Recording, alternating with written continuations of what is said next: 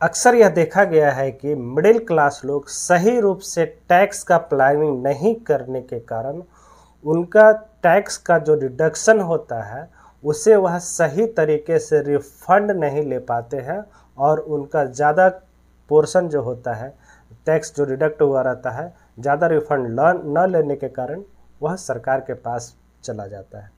तो आपकी जो गाढ़ी कमाई है ना उसे आप कैसे बचाएं? टैक्स जो कटता है, टैक्स कटेगा ही, आपकी सैलरी क्लास है तो आपको टैक्स कटेगा ही कटेगा। आप उसमें कुछ भी नहीं कर सकते हैं। आपको सिर्फ और सिर्फ यह करना है कि जो टैक्स कट गया है उसे किस तरह से बचाएं, इसका प्लानिंग करना है।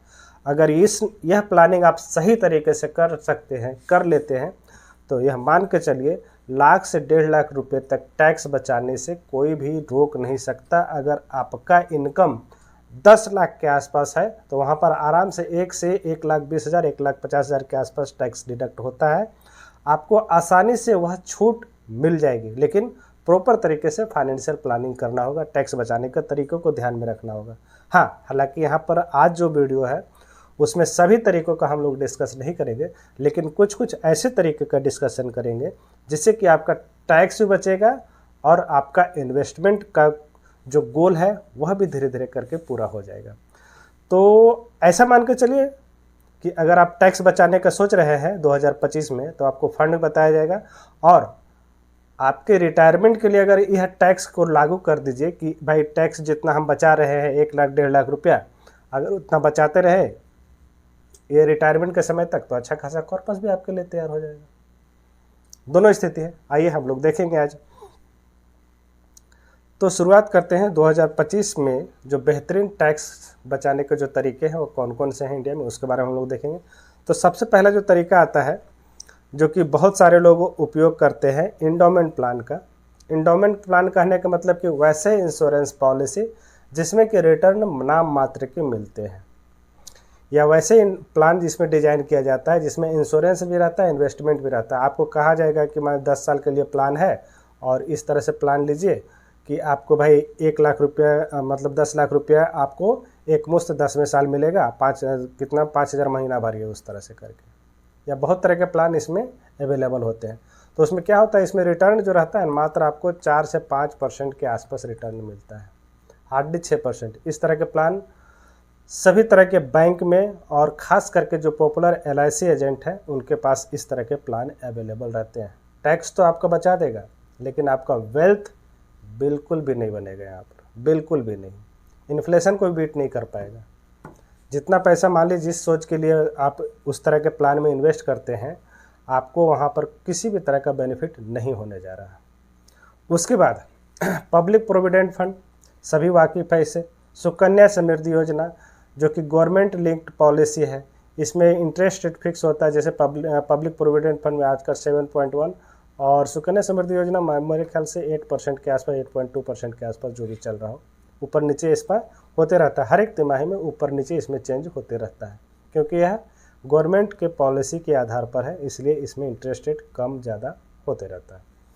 उसके बाद इंश्योरेंस पॉलिसी। इंश्योरेंस पॉलिसी अगर आप सही तरीके से इंश्योरेंस लेते हैं, आपको क्या करना है, टैक्स बचाना है और आपके लिए वह प्लान उपयोगी हो, ऐसा इंश्योरेंस पॉलिसी कौन सा होगा। तो 2 तरह का इंश्योरेंस पॉलिसी मैं हमेशा सजेस्ट करता हूँ। एक टर्म प्लान ले लीजिए,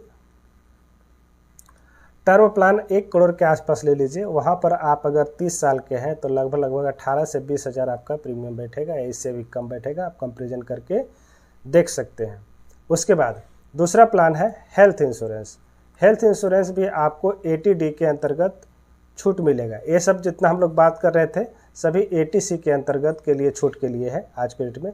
80D अगर हेल्थ इंश्योरेंस की बात किया जाए तो वहाँ पर आपको कम से कम 75,000 रुपये तक का 75,000 रुपये तक का आप जो है सेविंग कर सकते हैं, बचा सकते हैं, टैक्स को बचा सकते हैं। इसमें अपना हेल्थ इंश्योरेंस, अपने फैमिली का, अपने पेरेंट्स का और उनके कुछ और खर्चे को शामिल करते हुए 75,000 रुपये तक के यहाँ पर टैक्स को आप बचा सकते हैं, ईजी में बचा सकते हैं। लेकिन हाँ, आपको इंश्योरेंस लेना पड़ेगा। कौन सा?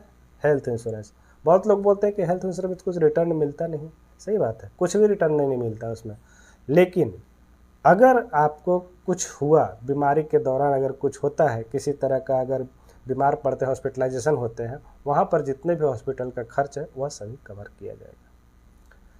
हाँ, तो कोशिश कीजिए, बहुत सारे प्लान हैं, उसमें से सही प्लान कौन सा है उसे चूज करके आप जरूर लीजिए। उसके बाद आता है NSC, नेशनल सेविंग सर्टिफिकेट, जो कि पोस्ट ऑफिस में अवेलेबल है। इससे भी आप टैक्स को बचा सकते हैं। इसका भी रिटर्न मान के चलिए 5 से 7% से ज़्यादा नहीं होता है।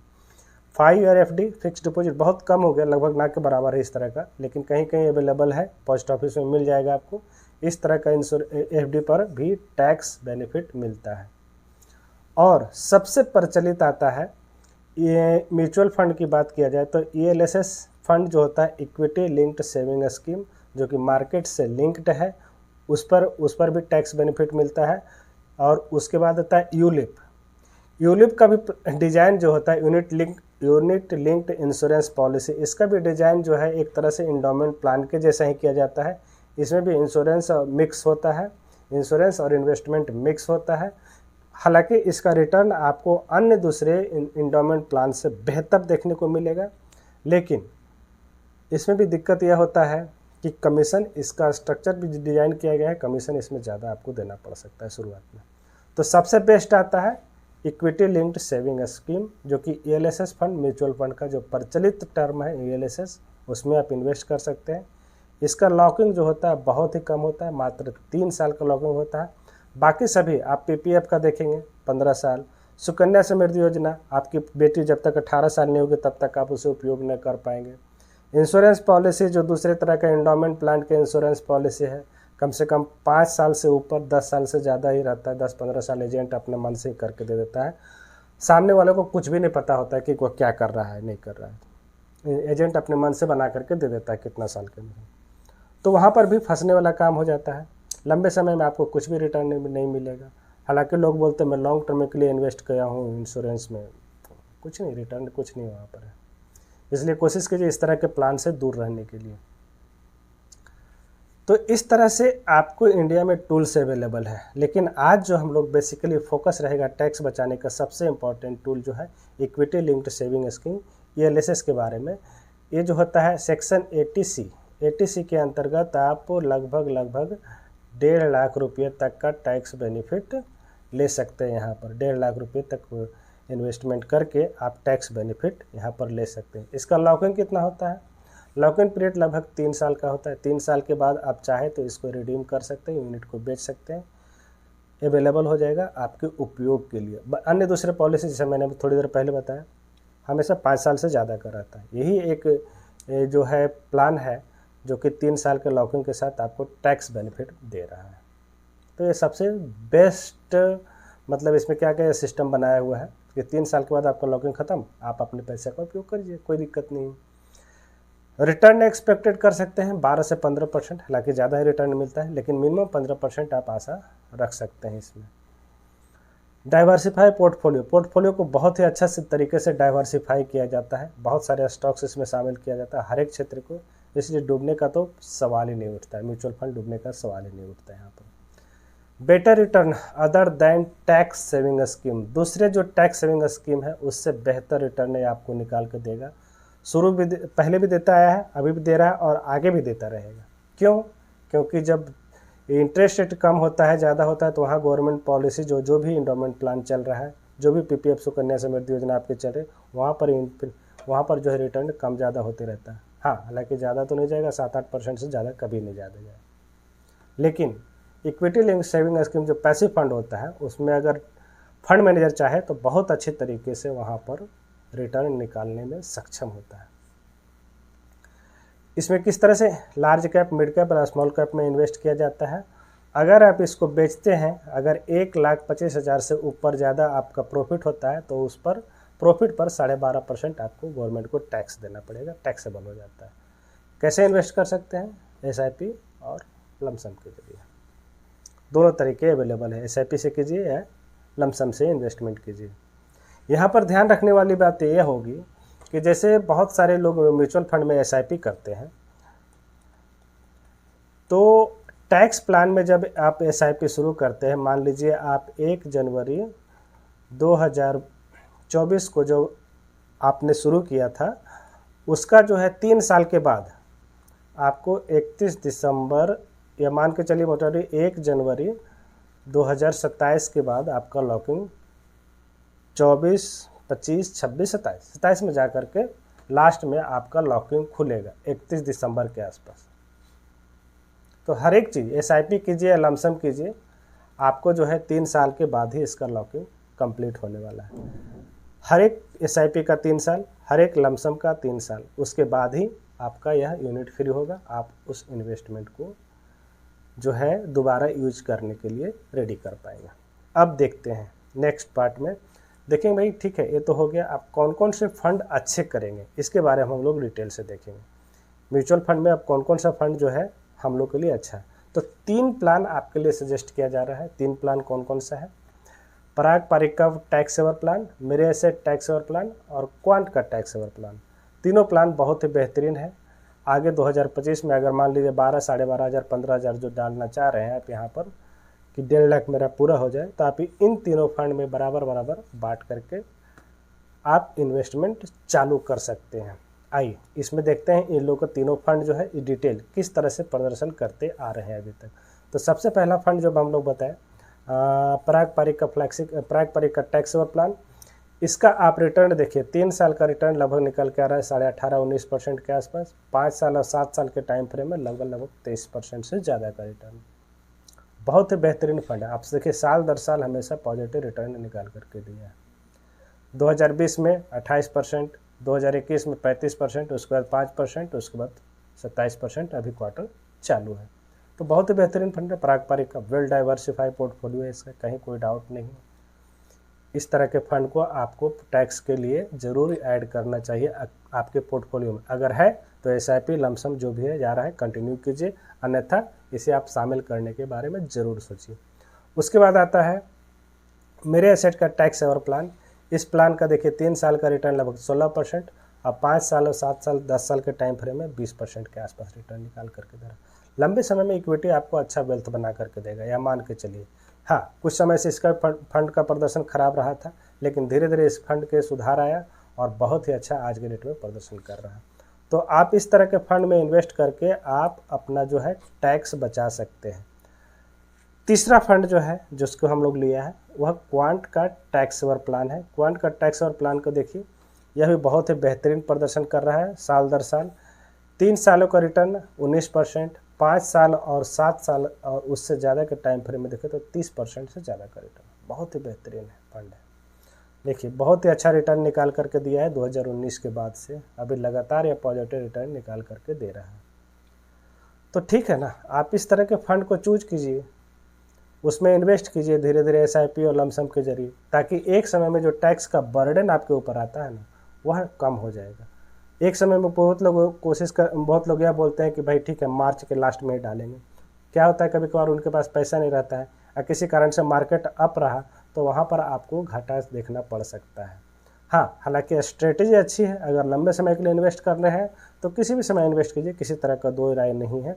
लेकिन आपके पास अगर लिमिट अमाउंट में पैसा अगर लिमिट है तो फिर आपको एसआईपी के जरिए इन्वेस्टमेंट करना पड़ेगा। अब इस तरह के टूल जो है उसमें हम लोग देखेंगे भाई किस तरह से रिटर्न निकल के आ रहा है और कितना रिटर्न और कितना हमको 15 साल 10 साल में बनेगा, जो हम लोग आशा रखते हैं। मान लीजिए कि आप 1.5 लाख रुपया इन्वेस्ट कर रहे हैं किसी भी एंडोमेंट प्लान में। 1.5 लाख रुपया अगर इन्वेस्ट कर रहे हैं तो उससे कितना बनेगा। मान लीजिए उसको 12,500 रुपया पर मंथ के अनुसार से डिवाइड कर दिया 12 महीने में, 15 साल के लिए रखते हैं तो एक मोटा मोटी एवरेज पीपीएफ सुकन्या समृद्धि योजना जितना एंडोमेंट प्लान हो गया, ऑन एन एवरेज रिटर्न मान के चलिए 7.5%। हालांकि इससे कम हो जाएगा आपका रिटर्न, इन्फ्लेशन के साथ कैलकुलेट करके देखेंगे तो ठीक है 7.5% हम लोग मान के चलते हैं। तो 15 सालों में जो आप इन्वेस्ट करते हैं वहाँ पर लगभग 22,50,000 का अमाउंट आपको जो है देना पड़ेगा और मैच्योरिटी वैल्यू आपको लगभग 41-42 लाख के आसपास बनेगा, यानी टोटल गेन लगभग 19 लाख के हो रहा है। तो बहुत ही अच्छा है। 22 लाख लगा करके 15 सालों में 41 लाख आपका बन रहा है, कुछ नहीं से तो अच्छा तो है ही। लेकिन इन्फ्लेशन जब एडजस्ट कीजिएगा तो रिटर्न आपका बहुत ही कम हो जाएगा। यहाँ पर मात्र 1.5 से 2% का रिटर्न आपको देखने को मिलेगा जब इन्फ्लेशन इसमें शामिल करेंगे, या वो भी नहीं आने वाले समय में। अब यही अगर आपने म्यूचुअल फंड के स्कीम्स में रखा, जहाँ पर ऑन एन एवरेज आप देख रहे थे लंबे समय में 10 साल से ऊपर जा रहा था, रिटर्न का परसेंटेज जो है बढ़ जा रहा है, लेकिन अगर शॉर्ट टर्म के लिए बात करी जाए तो वहाँ पर भी 15% से ज़्यादा का रिटर्न निकाल करके दे रहा है। तो हम लोग मोटा मोटी मान के चलेंगे कि ठीक है भाई, हमको कुछ नहीं करना, हम सीधा सीधे उठाए 1.5 लाख रुपया म्यूचुअल फंड में डाल दिए, ठीक है, टैक्स बचाने के लिए। तो 12,500 रुपये पर मंथ के अनुसार से अगर 15 साल डालते हैं और 15% का रिटर्न मिलता है, तो आपको देखिए कितना कॉर्पस तैयार हो रहा है, 84 लाख। वहाँ पर कहाँ 41 लाख के आसपास तैयार हो रहा था, यहाँ से डबल से भी ज़्यादा आपको मिल रहा है। तो जब आप रिस्क ले ही रहे हैं, समय का रिस्क ले रहे हैं, तो फिर म्यूचुअल फंड में वही पैसा क्यों ना डालें। म्यूचुअल फंड में डालिए, बेहतर रहेगा। 15% का रिटर्न में निकाल रहा है, इन्वेस्टेड अमाउंट तो उतना ही 22,500 रुपये, 22,50,000 रुपये, जबकि रिटर्न आपका सीधा डबल हो जा रहा है, समय भी आपको उतना ही लग रहा है। तो फिर रिस्क किस बात का, डूबने का? बिल्कुल नहीं। 100 कंपनियां एक साथ नहीं डूब जाएगी म्यूचुअल फंड की। जो 100 शेयर में लगा के रखे हैं, 100-200 शेयर में एक साथ नहीं डूब गई, तो भारत की इकोनॉमी खतरे में आ जाएगी। तो फिर क्या मतलब रह गया उधर का? तो फिर आपका पीपीएफ और ये वो इसमें भी पैसा नहीं बन पाएगा, क्योंकि इनडायरेक्टली रूप से पीपीएफ, सुकन्या समृद्धि योजना, जो आपको 7.5%, 5% जो भी रिटर्न दे रहे हैं, इंडोमेंट प्लान, वह जाकर के कहाँ पैसा लगाते हैं? शेयर मार्केट में ही लगाते हैं ना, शेयर में ही लगाते हैं। जो शेयर म्यूचुअल फंड के पास है वही वो लोग भी खरीदते हैं। तो फिर डर किस बात का? डरिए नहीं, घबराइए नहीं। एसआईपी के जरिए म्यूचुअल फंड में इन्वेस्ट करते रहिए और आप अपने टैक्स को बचा लिए। कहा गया है जो टैक्स बचा लिया वो सब कुछ बचा लिया। कोशिश कीजिए आप अपने जो है कीमती समय और कीमती पैसे को बचाइए। जितना बचाएंगे वह आपके लिए ही फायदेमंद रहेगा आगे चल करके। तो टैक्स की प्लानिंग तो आप जरूर कीजिए, अभी से कीजिए। अगले साल का वेट भी मत कीजिए। अगर एसआईपी चल रहा है तो उसे कंटिन्यू कर कीजिए। अगर कैलकुलेट करके देखिए इस साल आपको कितना टैक्स कट रहा है। अगर ज़्यादा कट रहा है तो एक मुश्त आप इन्वेस्ट कीजिए, ताकि आपका जो है टैक्स बचेगा। हाँ, बहुत लोग बोलेंगे 7 लाख न्यू टैक्स रिजिम में, ओल्ड टैक्स में, वो सब छोड़ दीजिए। आप कैलकुलेट कीजिए, इन्वेस्टमेंट पर्पस से भी इन्वेस्ट कीजिए इस तरह के टैक्स में, क्योंकि 3 साल का लॉकिंग में आपको अच्छा खासा रिटर्न भी मिल जाएगा। टैक्स तो बचेगा ही। जब तक ओल्ड टैक्स रिज्यूम है आप बेनिफिट लीजिए। इसके अलावा बहुत सारे और टैक्स के बेनिफिट है, टैक्स प्लानिंग का टूल्स हैं। आप अगर कमेंट्स करके पूछते हैं तो मैं ज़रूर बताऊंगा, अगले वीडियो में ज़रूर बताऊंगा, क्योंकि ये वीडियो बहुत लंबा हो रहा है। तो आप कमेंट्स कीजिए अगर टैक्स प्लानिंग और आगे भाई कौन कौन सा सेक्शन में आएगा, अगला हम लोग और किस किस तरीके बचा सकते हैं, तो वहाँ पर भी आपको डिटेल से बताया जाएगा। तो ठीक है, आज की वीडियो के लिए इतना ही। वीडियो देखने के लिए बहुत बहुत धन्यवाद। Thank you.